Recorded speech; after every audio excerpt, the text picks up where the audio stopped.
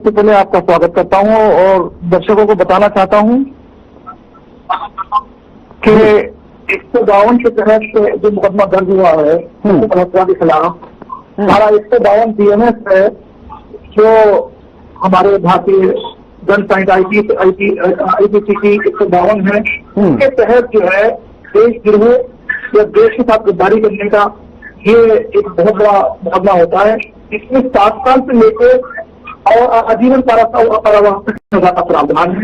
इसी तरह दूसरा सेक्शन इनको लगा है जो हमारे अधिनियम है 1923 में बना था, जो ब्रिटिश हुकूमत के शासन में, इसको भारतीय हमारे धारा 152 के साथ साथ अधिनियम 1923 की धारा 3, धारा 4, धारा 5 के तहत मुकदमा दर्ज हुआ है, जिसमें प्रावधान है कि धारा 3 जो है कि देश का कोई भी नक्शा या देश के कोई भी दस्तावेज को दूसरे मुल्क को लीक करना या उन दस्तावेज को मुहैया कराना, उसके अंदर 3 साल तक की सजा का प्रावधान है।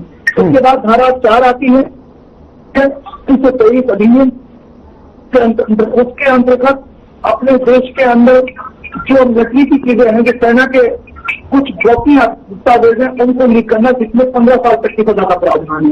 इसी तरह से धारा अधिनियम 1923 की धारा 5 आती है। 5 के तहत आजीवन कारावास तक का प्रावधान देश के अंदर है। धारा 152 बीएनएस के अंतर्गत गैर जमानती अपराध है, इसमें कोई जमानत मिलने का प्रावधान नहीं है और ये पुलिस का मौलिक ये अधिकार है कि बिना वारंट के इस क्राइम के अंदर गिरफ्तार किया जा सकता है।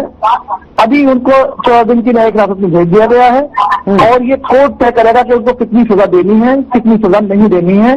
लेकिन जो जुर्म उन पर साबित होता है उसके तहत सजा का प्रावधान है। 152 के तहत, अधिनियम 1923 की धारा 3, 4, 5 के तहत। मुझे नहीं लगता कि आजीवन कारावास से ऐसे संज्ञेय अपराध में आजीवन कारावास से कम सजा हो, क्योंकि देश के साथ गद्दारी करना, देश के साथ बंटवारा करना, देश के साथ जो है किसी राज्य का बंटवारा करना, देश की अखंडता को खतरा पहुंचाना, ये सब 152 बीएनएस के तहत आते हैं। तो विशाल जी, यहाँ पर जो ये धाराएं काफी हैं ऐसे जासूसों के लिए, इस तरीके की क्या ये सजा काफी है? क्या अब जो है इस पर जो कहीं ना कहीं देशद्रोह के जो आंकड़े हैं, जो देशद्रोह का शिकंजा है, क्या ऐसे में जो है लग सकता है? देशद्रोह के श्रेणी में आता है ना कहीं ना कहीं, इसमें कहीं बचने का कोई प्रावधान उनको नहीं दिखेगा, क्योंकि ये जो साक्ष्य हैं वो सबूतों के आधार पर पाए गए हैं। उन्होंने खुद एक्सेप्ट किया है और उन्होंने जो दस्तावेज उनके घर से बरामद हुए हैं उनमें साफ स्पष्ट होता है, साफ तरीके से ये दिखता है कि उन्होंने देश के साथ गद्दारी की है और ये संज्ञेय अपराध की श्रेणी में आता है। 152 बीएनएस के तहत इससे पहले हमारे आईपीसी में धारा 124 होती थी, देश के खिलाफ भाषण देना, देश के खिलाफ गलत नारे लगाना, देश के खिलाफ गलत पोस्टर लगाना, लेकिन इसमें प्रावधान में कुछ बदलाव करके बीएनएस के 152 धारा को बदला गया है। इसमें राजद्रोह के साथ साथ आदमी को देश की अखंडता को तोड़ना या देश के खिलाफ देश के प्रति कोई भी नकारात्मक सोच रखना या देश के खिलाफ कोई षड्यंत्र रचना, ये बीएनएस 152 में आता है।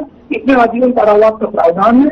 अगर सबूत के आधार पर सबूत कम पाए जाते हैं या कंडीशन थोड़ी कमजोर होती है तो 7 साल तक की सजा भी हो सकती है।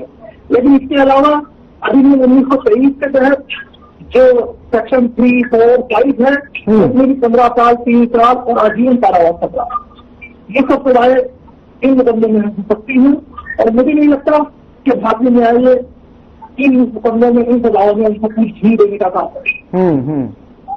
ठीक है, ये संज्ञेय अपराध की श्रेणी में आता है। बिल्कुल बिल्कुल, मैं आपके पास लौटूंगा फाइनल कमेंट के लिए।